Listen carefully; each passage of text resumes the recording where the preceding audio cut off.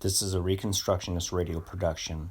Please visit ChristiandomRestored.com to read this article and others by Micah Hurd.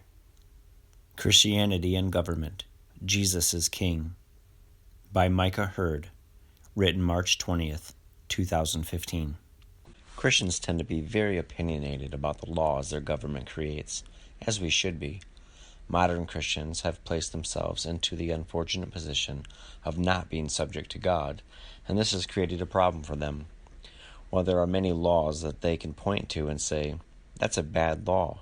We need to do away with that law," they are often hard-pressed to explain the all-important why. Why should we get rid of this law? According to what standard? During the 19th century, it had become popular to suppose that the rule of Christ did not extend to civil government. In so doing, whether we realize it or not, we opted to place ourselves under service to another master. Because life is 100% ethics-based, our ethics will either reflect service to God or they will reflect service to some other authority. There is no other option. Matthew 12:30. By placing ourselves in this position, we have lost our ability to be authoritative and our opinions about law. Why have we decided that the civil sphere does not fall under the rule of Christ? I submit to you that this belief is only assumed and is not defensible from Scripture. Why should we care? If you hate what America has become, then you ought to care, because the decline of our nation is a direct result of withdrawal from God's authority. The path that our country has taken is not strange or surprising. It is only natural, inevitable, for a nation to conform to the character of its ethical source. If we adhere to a godless authority, then our country will, of course, decline into godlessness. In observing this, the phrase, "this ain't rocket science," seems appropriate. As the current state of America testifies, ignorance is not bliss. If you have grown up with the belief that Christ does not have an opinion about civil government, then it behooves you, dear reader, to double-check that you do not hold your belief out of ignorance.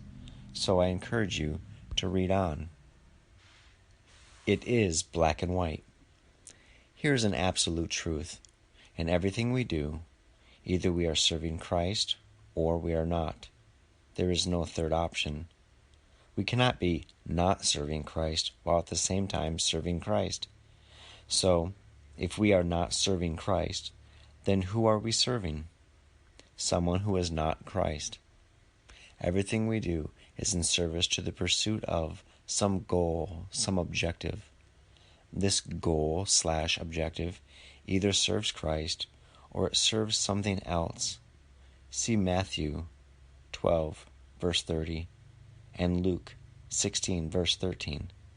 Humans cannot get away from the fact that their actions serve someone. There are no free agents. Service equals ethics. Ethics are standards that define the way people must act.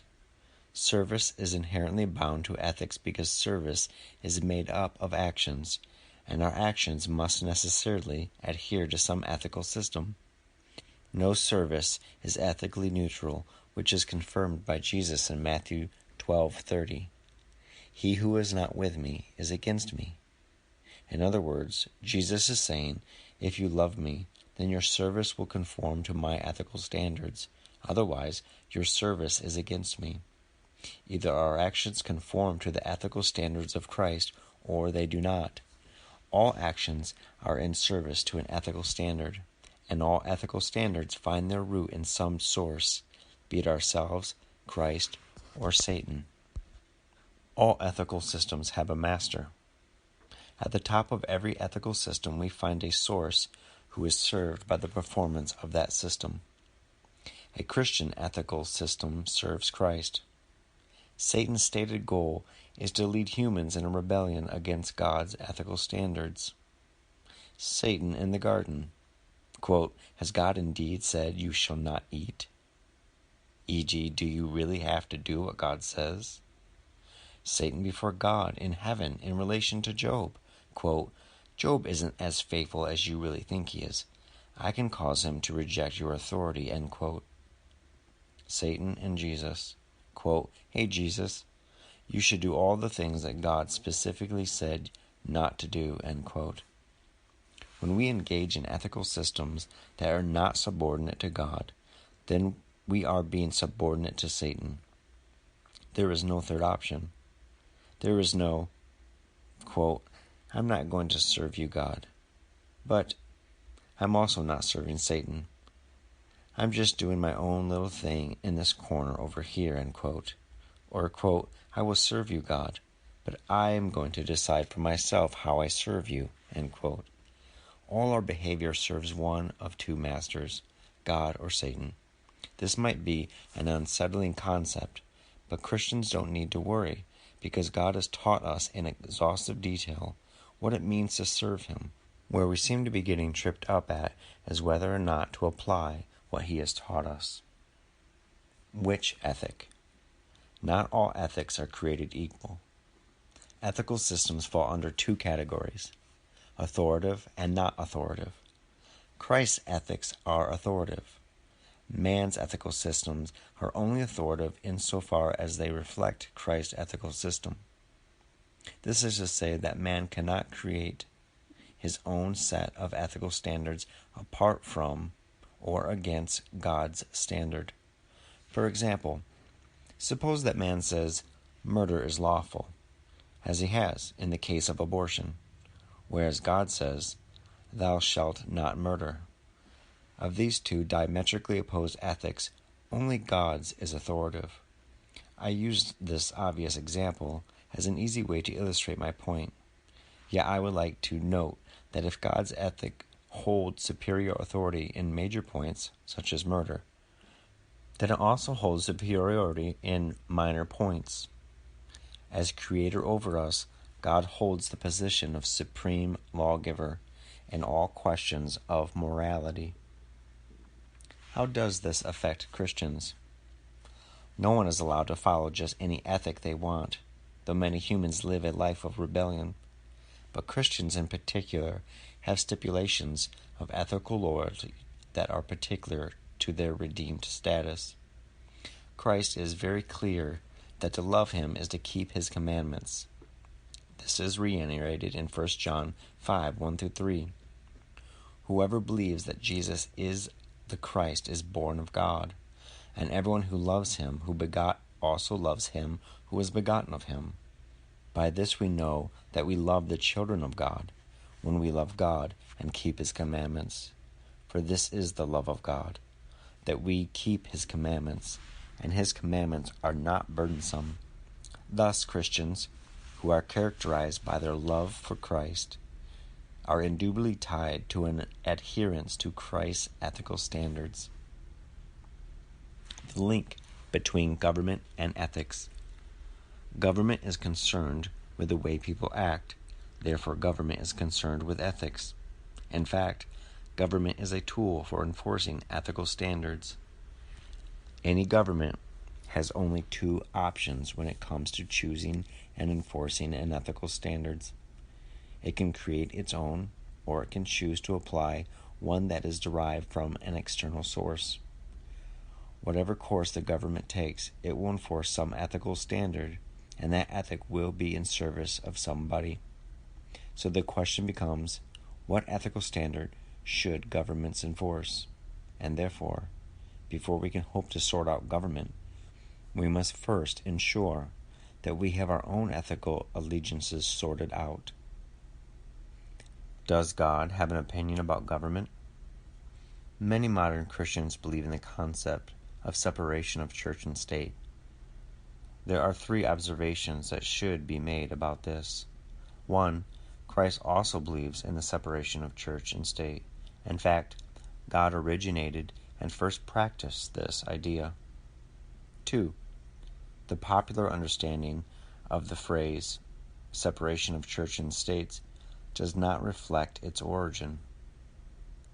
3. The belief that Christ has nothing to do with the state has only very recently, within the last 150 years give or take, gained widespread popularity. Once upon a time, God cared enough about government that he communicated an entire system of government to Israel. When God organized the nation of Israel, one of the very first things he did was create the separate institutions of church and state. He instituted Aaron as the head of the Israelite church, the priestly system. And for this early church, he assigned all the ceremonial laws that instructed them in proper worship, thus separating Israel as a particular people before God from among the rest of the nations. God then instituted Moses as the head of the governmental institution, and for the government he assigned his moral law code. In this system, the church had no authority over the government, as the Catholic Church once would have maintained, nor did the government have any authority over the church, the direction that America has gone. But still, God ruled over both institutions. Even though there is a separation of church and state, the state isn't excused from adhering to God's authority. Both institutions are accountable to God because he is the only being who can provide an authoritative ethical code. And thus we see that at the very least, God once cared about government. If he once cared about government, then he probably still does today. See Malachi 3:6, Hebrews 13:8, Revelation 1:8, and James 1:17. Does Christ have an opinion about government? Skipping forward to the New Testament, we find the Great Commission in Matthew 28:18-20. Because modern Christians have already presupposed that Christ is not concerned with government, they assign an assumed narrowness to this passage that is not scripturally supportable. Jesus tells us that all authority has been given to him in heaven and on earth. Christians need to reconsider the common view of this passage and ask themselves, what is the additional scripture that narrows the scope of Christ's authority described in Matthew 28 to exclude authority over government? In other words, what authoritative standard instructed Christians to narrow the scope of Christ's kingship from all authority on earth to all authority on earth, excepting the government and any person who doesn't want to be a Christian? The additional question that must be asked is this: if Christ's authority doesn't extend to all governments and non-Christians, then what exactly are we commanded to disciple the nations in? The seldom understood thing about discipleship is that, as evidenced by Jesus' ministry on earth, it does not discriminate based upon a person's salvific condition. Christ discipled with the expectation that all people should adhere to his ethical standards. In other words, discipleship is to be extended to the saved and the unsaved alike. What is discipleship? It is teaching people how to adhere to Christ's ethical standards. Because Christ has authority over the entire earth, then he expects the entire earth to be instructed in his ethical standards. A king requires for all people who reside within his domain to learn and adhere to his laws. But a king has no expectation that people who do not dwell within his domain be taught his laws. The entire earth is Christ's domain, and so, just like any king, he expects all those who dwell in his domain to be taught and to follow his laws. But if Christ did not have authority over all governments and peoples on earth, Christian and non-Christian alike, then he would have no expectation that they be discipled. And yet he commanded that they be discipled. If we are to take Christ at his word, when he says, "All authority has been given to me in heaven and on earth," then we must conclude that Christ expects for his ethical standards to be taught and followed throughout all the world. Does the New Testament contain specific instructions for government?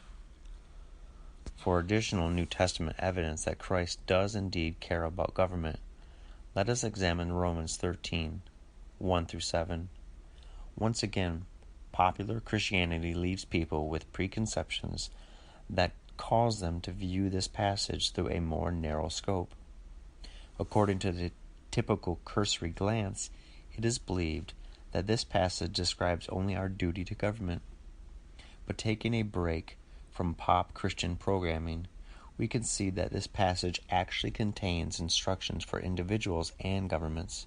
In particular, Romans 13 prescribes these 5 requirements for government. Number 1, governments are to be ministers of God. Number 2, governments are to minister to us for good. Number 3, governments are not to be a terror to good works, but to evil. Number 4, governments are to exist for the punishment of evildoers and the praise of those who do well. Number 5, as God's ministers, governments are to act as His avengers to execute wrath upon evildoers. The Greek word used in this passage for minister is diakonos, which, not coincidentally, is the same word that is used throughout the New Testament to describe a church deacon, or another individual who is sent to carry out God's will for the service of His people. Thus, Romans 13 does not describe just any old governing organization. It describes organizations that are subordinate to God's authority. This should be no surprise given that Christ has been granted authority over the entire world. I strongly encourage you to read Romans 13, 1-7, and to locate for yourself these 5 points within the passage. Do all governments fit the Romans 13 criteria? Or in other words, is Romans 13 describing all governments? Certainly not.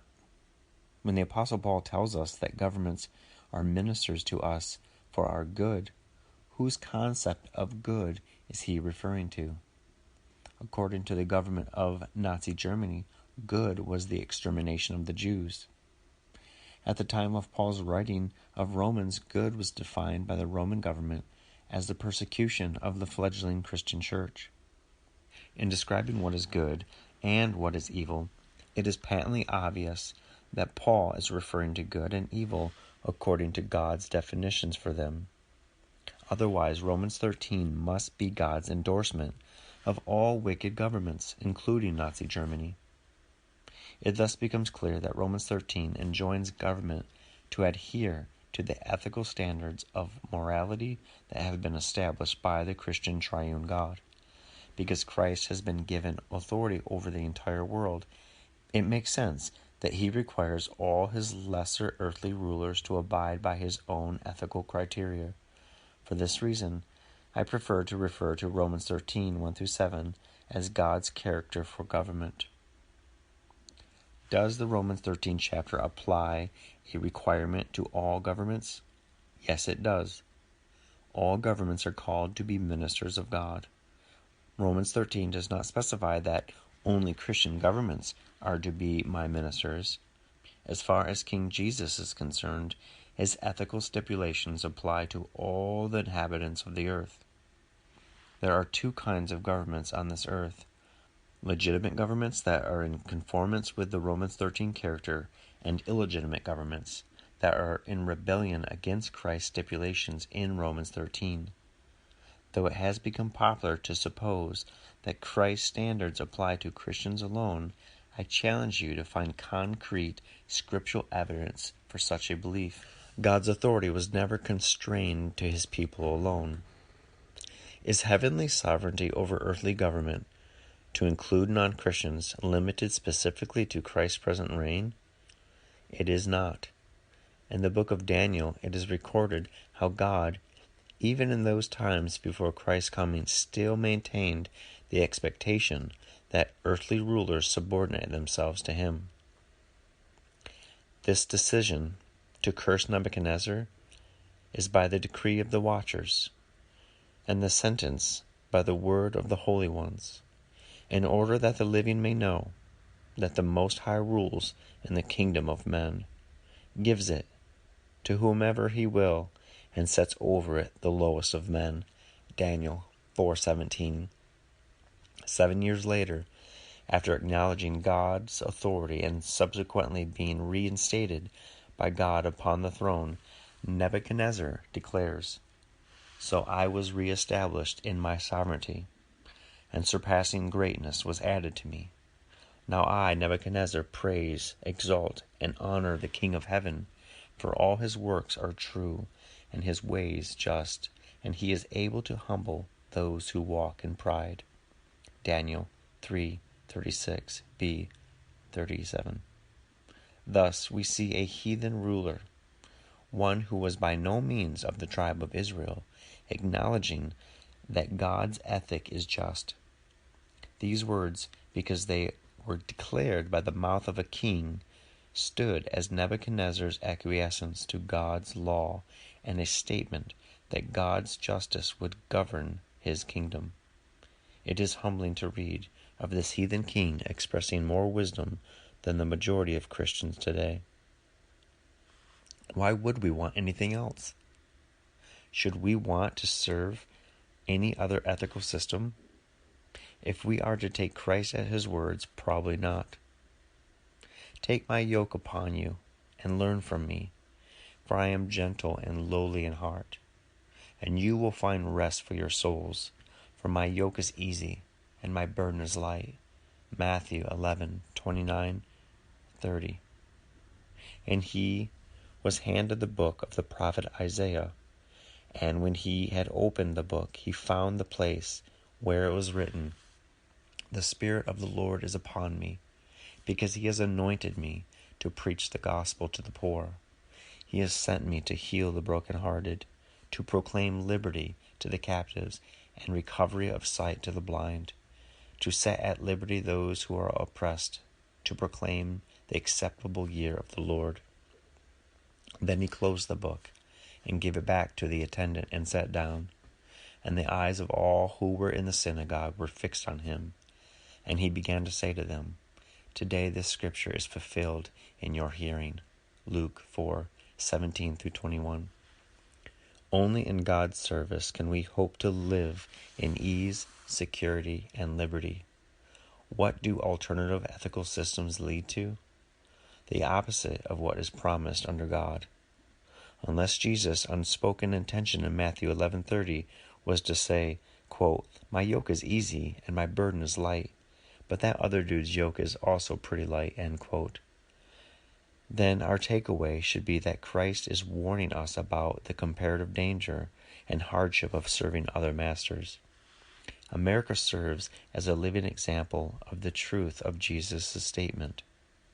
As our nation shifts its allegiance from serving God to serving a new ethical system, we see the consequences all around us, not the least of which is 50 million murdered children to date.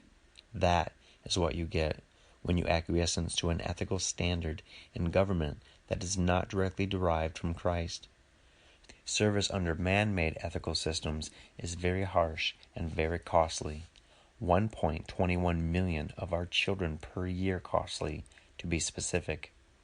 The mantra that we must repeat to ourselves every morning when we wake up and every evening before we lie down is this: I can either enjoy freedom under God's ethical system, or I can suffer tyranny under man's ethical system. In conclusion, Christ does care about civil government. Due to the Great Commission, Christians have a particular charter to instruct, disciple the nations in the proper application of King Jesus' ethical standards. This is our answer when we discuss what laws our government should and should not create. Only those laws that serve Christ. And our why is this: because Christ's ethical standards are the only authoritative standards that exist. He is king over earth, and his laws are holy, just, and good. Romans 7:12. Adherence to Christ's ethical standard is a requirement for all men, though there yet remain many rebels in our king's domain. Unlike the law of man, Christ's ethical standard is not burdensome. The Bible is our wisdom in the sight of the nations, Deuteronomy 4:6, for determining the what and the why of law. The next question, which is reserved for a future article, is this: what exactly does King Jesus require of all those who dwell in his domain? This audio version of Christianity and Government, Jesus is King by Micah Hurd has been produced by Reconstructionist Radio and narrated by Nathan Brackenridge. Please visit ChristianandRestored.com to read this article and many more.